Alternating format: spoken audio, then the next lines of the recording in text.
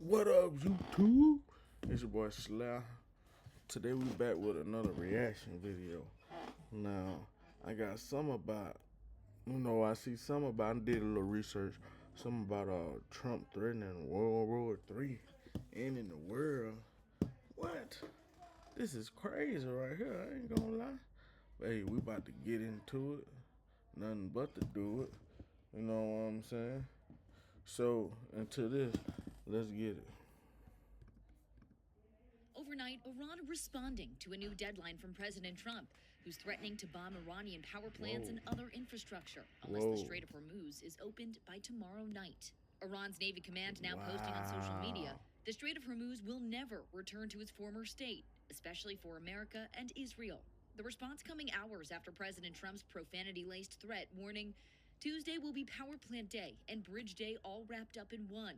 Trump ordering Iran to, in his words, open the expletive strait, you crazy expletive, or you'll be living in hell. He signed off with the words, praise be to Allah. Trump later telling ABC News, if Iran does not make a deal, we're blowing up the whole country.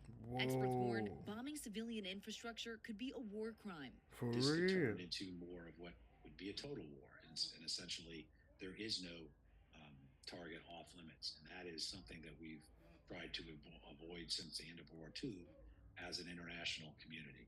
Some Democrats blasting the president. Donald Trump has gotten us into this reckless war of choice without ever clearly laying out the strategic objectives, the plan, how this is designed to actually make life better for the American people. Well, some Republicans say it's about time.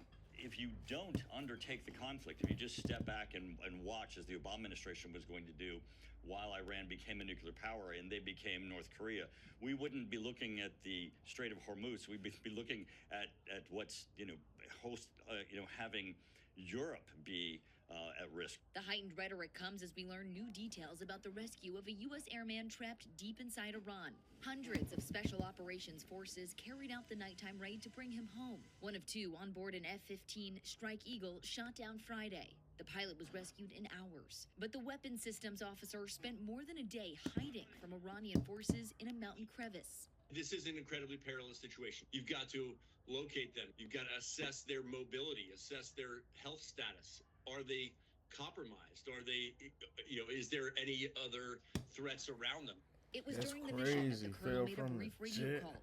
President Trump claimed the pilot said, "Power be to God." But a U.S. official now confirms the actual message was, "God is good." Trump says he was initially thrown off by the unusual message, worrying Iran might have been using it to lure U.S. forces into a trap. During the rescue mission, an A-10 Warthog was shot down. That pilot ejected after flying to Kuwait. And two U.S. aircraft suffered technical malfunctions and were deliberately destroyed by U.S. troops to avoid them falling into Iranian hands. President Trump told us he thinks this conflict could be over in days, not weeks, and he claimed Iranian civilians want him to bomb their infrastructure to weaken the regime. I dare you. All right, man. YouTube, man. That was a short one right there. I ain't gonna lie, but yeah, it's getting out of hand with this war, bro. I ain't even gonna lie to you, like, golly. Hey, man. On to the next one, man. We're gonna stay tapped in with these. Let me know.